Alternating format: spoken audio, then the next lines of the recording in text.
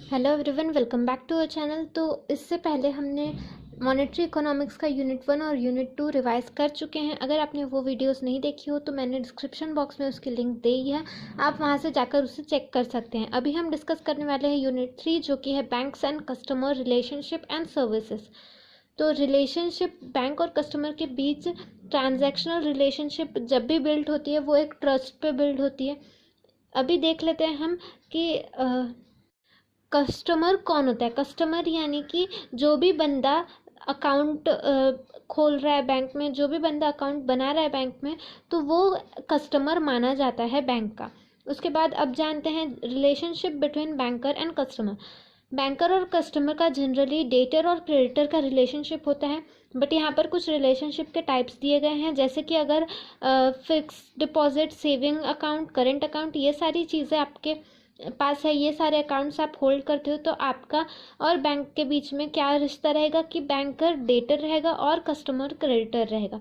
वही अगर ये ऐसी केस है जहाँ पर आपके पास लोन, एडवांस अकाउंट या फिर ऐसे सारे अकाउंट्स हैं, तो फिर आपको आप मतलब कि कस्टमर डेटर रहेंगे और बैंकर क्रेडिटर रहेगा। यहाँ पर डेटर और क्रेडिटर का रिलेशनशिप दिख रहा है। उसके बाद कई जगह पे ऐसा होता है कि एजेंट प्रिंसिपल का रिलेशनशिप दिखता है। कई जगह ऐसा होता है बिलर और बेली का रिलेशनशिप दिखता है, जैसे कि अगर कस्टमर कुछ अपने वैल्यूएबल्स दे रहा है बैंकर को ताकि बैंक में वो सेफली रख सके, तो फिर यहाँ पर कस्टमर बेलर बन जाता है और बैंकर बेली बन जाता है। एडवाइज़र और क्लाइंट का भी रिलेशनशिप दिखता है। अगर बैंकर कुछ एडवाइस देता है, जब भी कस्टमर कुछ सिक्योरिटीज़ में इन्वेस्ट करना चाहता है और जब तब बैंकर एडवाइस देता है कुछ, तो यहाँ पर बैंकर एडवाइज़र बन जाता है और कस्टमर क्लाइंट बन जाता है। Relationship of pleasure and प्लेजी। जब कस्टमर प्लेज करता है यानी कि प्रॉमिस करता है कि कुछ सर्टेन असेट है या फिर सिक्योरिटी है जो कि वो उसके बदले लोन ले रहा है, तो फिर इस चीज़ को मतलब इस रिलेशनशिप को बोला जाता है प्लेजर और प्लेजी। फिर रिलेशनशिप ऑफ लाइसेंसर एंड लाइसेंसी। अगर बैंकर कुछ सेल डिपॉजिट लॉकर दे रहा है कस्टमर को, तो इस केस में यहाँ पर बैंकर लाइसेंसर बन जाता है और कस्टमर लाइसेंसी। उसके बाद हाइपोथिकेटर एंड हाइपोथिकेटी का रिलेशनशिप कैसे होता है। हाइपोथिकेटर मतलब ही प्लेज करना। ये जब कस्टमर हाइपोथिकेट करता है कि वो कुछ मूवेबल या नॉन मूवेबल प्रॉपर्टी या फिर कुछ असेट बैंकर के तरफ रख रहा है और उसके बदले में लोन ले रहा है, तो ऐसे सिचुएशन में कस्टमर हाइपोथिकेटर बन जाता है और बैंकर हाइपोथिकेटी बन जाता है। तो ये थे कुछ टाइप्स ऑफ रिलेशनशिप। अब जानते हैं आगे बैंक अकाउंट क्या होता है। Bank account as a financial account है जो कि बैंक के द्वारा मैनेज किया जाता है, मेंटेन किया जाता है कस्टमर के नाम पे। बैंक अकाउंट कई प्रकार के होते हैं, जैसे कि deposit account, credit card account, current account, ये सारी चीज़ें हमने पहले देख चुके हैं। यहाँ पर टाइप्स ऑफ बैंक अकाउंट दिया है, जैसे कि current account, saving account, recurring deposit account, fix deposit account. ये सारी चीज़ें हम पहले के लेसन में पढ़ चुके हैं, इसलिए आई होप ये सारी चीज़ें आपको पता होनी चाहिए। आगे बढ़ते हैं। Procedure to opening of a saving या करंट बैंक अकाउंट। आपको अगर सेविंग या करंट बैंक अकाउंट ओपन करना है तो उसके लिए क्या प्रोसीजर होती है। सबसे पहले आपको चूजिंग अ बैंक चूज़ करना पड़ता है, आपको कौन से बैंक में आपका अकाउंट ओपन करना है। उसके बाद चॉइस ऑफ अकाउंट, कौन से तरीके का अकाउंट ओपन करना है, सेविंग अकाउंट क्रिएट करना है या करेंट अकाउंट। उसके बाद नेक्स्ट है filing of form and documentation. जो भी फॉर्म आपको दिया जाता है वो आपको भरना पड़ता है, फिल करना पड़ता है, डॉक्यूमेंट्स सबमिट करने पड़ते हैं। डॉक्यूमेंट्स में जनरली आपको 2 लेटेस्ट पासपोर्ट साइज फ़ोटो मांगा जाता है, एड्रेस प्रूफ मांगा जाता है और आईडी प्रूफ मांगा जाता है। उसके बाद आपको रेफरेंस पूछा जाता है, जो भी आपके जिसने भी आपको वो बैंक रेफ़र की है, जिसने भी आपको वो बैंक सजेस्ट की है, उसका नाम आपको पूछा जाता है। फिर उसके बाद आपकी सैम्पल सिग्नेचर ली जाती है और उसके बाद आपको ओपनिंग अकाउंट के लिए कुछ डिपॉजिट मांगा जाता है, अगर कोई बैंक अकाउंट में हो तो। अगर ज़ीरो बैलेंस अकाउंट से अगर आपका शुरुआत होता है तो फिर ऐसे सिचुएशन में आपको नहीं मांगा जाता है पैसे, बट कुछ कस्टमर्स से मतलब कुछ बैंक ऐसे होते हैं जो कि कस्टमर से मिनिमम अमाउंट मांगते हैं ताकि अकाउंट ओपन किया जा सके। तो ऐसे सिचुएशन में आपको अकाउंट ओपन करने के लिए कुछ पैसे देने पड़ते हैं और उसके बाद वेरिफिकेशन किया जाता है, जैसे कि केवाईसी वगैरह, और उसके बाद आपका अकाउंट ओपन हो जाता है। उसके बाद यहाँ पर दिया है ऑपरेशन ऑफ अकाउंट, किस तरीके से अकाउंट को ऑपरेट किया जा सकता है कि कैसे कैसे तरीके से अकाउंट ऑपरेट हो सकता है। फर्स्ट है सिंगल मोड ऑफ ऑपरेशन, यानी कि एक बंदे का अकाउंट है और वो ही होल्ड करेगा, उसी के सिग्नेचर पे सारे काम होंगे, तो उसे बोला जाता है सिंगल मोड और सिंगल मोड ऑफ ऑपरेशन। उसके बाद है जॉइंट होल्डर। जॉइंट होल्डर यानी ऐसा अकाउंट जहाँ पर दोनों की साइन लगती है, दोनों की परमिशन लगती है, तभी वो अकाउंट काम करता है। उस अकाउंट में जो भी चेक है या फिर कोई भी काम है तो वो दोनों के साइन के साथ ही होते हैं। उसके बाद है जॉइंटली और सर्वाइवल। जॉइंटली और सर्वाइवल में ऐसा है कि जॉइंटली आप काम करेंगे और अगर इसमें से एक भी कोई किसी की डेथ होती है तो जो भी बचता है उसके नाम पे भी आगे कंटिन्यू हो सकता है। फिर है आइदर और सर्वाइवर, मतलब आइदर या तो आपको अभी भी किसी एक की साइन मिल जाए तो भी काम हो सकता है, या फिर सर्वाइवर मतलब अगर किसी की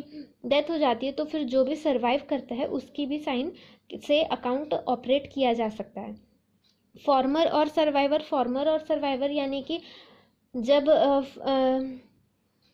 ऐसी कंडीशन जहाँ पर अकाउंट जॉइंटली ही ओपन होता है और मेंटेन किया जाता है, ऑपरेट किया जाता है, बट अकाउंट की ऑपरेशनल वैल्यू रहती है, मतलब जो भी ऑपरेट करने वाला होता है वो फॉर्मर मतलब कि प्राइमरी अकाउंट होल्डर ही होता है। बाकी नाम दोनों का होता है जॉइंटली, बट बंदा सिर्फ एक ही ऑपरेट कर सकता है जो कि है प्राइमरी अकाउंट होल्डर, और उसके डेथ के बाद जो भी सर्वाइवर रहता है वो उसे होल्ड कर सकता है, ऑपरेट कर सकता है। उसके बाद है minor bank account. Minor bank account काफ़ी इंपॉर्टेंट टॉपिक है, इस पे से क्वेश्चन आ सकता है। माइनर मतलब कि 18 साल से कम एज वाला बंदा।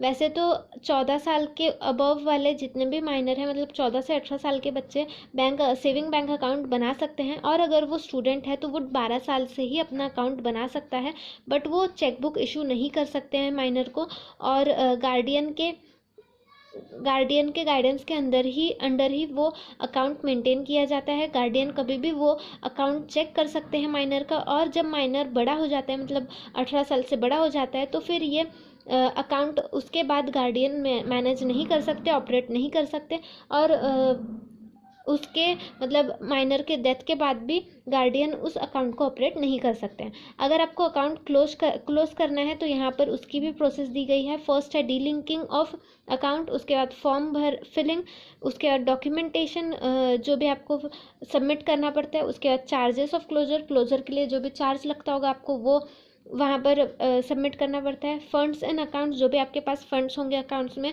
वो आपको रिटर्न किया जाता है, अप टू 20,000 रुपीज़ कैश में दिया जाता है। उसके बाद अगर उसके ऊपर जितने भी रुपए होंगे तो वो अलग मोड ऑफ पेमेंट से किया जाता है। उसके बाद है डीमेट अकाउंट। डीमेट अकाउंट यानी ऐसा अकाउंट जो कि स्टार्ट किया जाता है ताकि इन्वेस्टर के ज़रिए स्टार्ट किया जाता है ताकि आप शेयर्स स्टॉक मार्केट के शेयर सेल या बाय कर सकें ऑनलाइन। यहाँ पर कुछ इंपॉर्टेंट फैक्टर्स दिए गए हैं, जैसे कि डिपॉजिटरी क्या होता है, जैसे कि बैंकिंग सिस्टम होता है उसी के सिमिलर सिस्टम में डिपॉजिटरी का सिस्टम होता है, जहाँ पर आपको ऑनलाइन आप सिक्योरिटीज़ होल्ड करते हो इलेक्ट्रॉनिक फॉर्म में।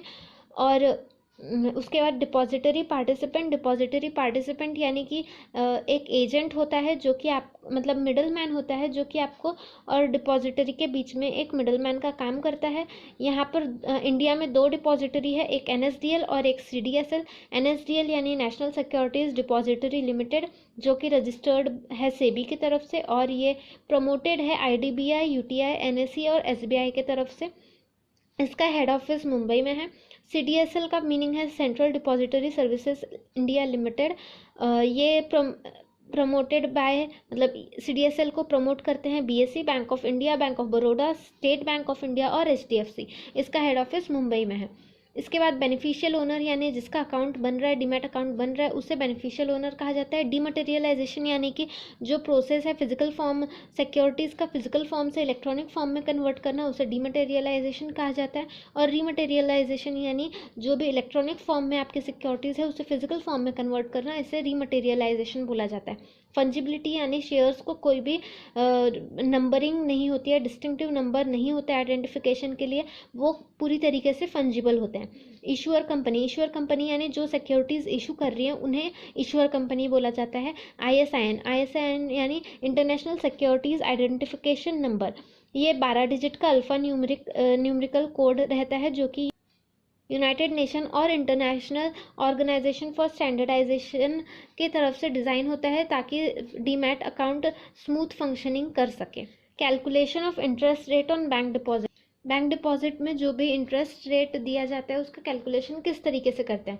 पहले तो बैंक 5.5% इंटरेस्ट लगाती थी। जो भी मिनिमम बैलेंस 10th डे से लास्ट डे तक आपके पूरे महीने में जितना भी मिनिमम बैलेंस है उस पर 5.5% का इंटरेस्ट बैंक पे करती थी। बट ये कस्टमर फ्रेंडली नहीं होता था, इसीलिए फिर अब न्यू मेथड फॉलो की जाती है जिसमें कि आरबीआई के गाइडलाइंस के द्वारा एक मेथड यूज़ की जाती है जिसमें इंटरेस्ट कैलकुलेटेड किया जाता है डेली बेसिस पे, जो कि क्लोजिंग डे बैलेंस पे आपका इंटरेस्ट लगता है।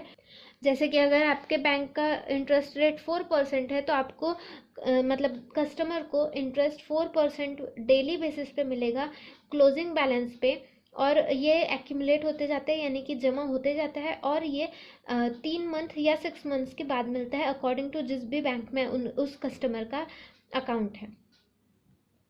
उसके बाद लोन के बारे में दिया गया है कि लोन भी बैंक प्रोवाइड करती है, और कुछ लोन के फैसिलिटीज़ दिए गए हैं जैसे कि overdraft, cash credit, term loan, credit card interest. ये सारी चीज़ें हमने पहले ही पढ़ चुके हैं, तो ये आपको ईजी जानी चाहिए। अगर फिर भी आपको कोई प्रॉब्लम है तो आप कमेंट सेक्शन में मुझे पूछ सकते हो। आप मुझे इंस्टाग्राम पे भी मैसेज करके आप अपने डाउट पूछ सकते हो। अगर आपको ये वीडियो अच्छा लगा हो तो वीडियो को लाइक करना ना भूलें, अपने दोस्तों के साथ इसे ज़रूर शेयर करें। Thank you so much.